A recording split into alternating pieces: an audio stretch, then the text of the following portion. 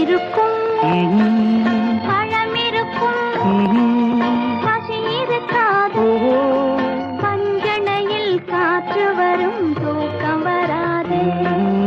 பஞ்சணையில் காற்று வரும், தூக்கம் வராது. 4 வகை குணம் இருக்கும், ஆசை விடாது.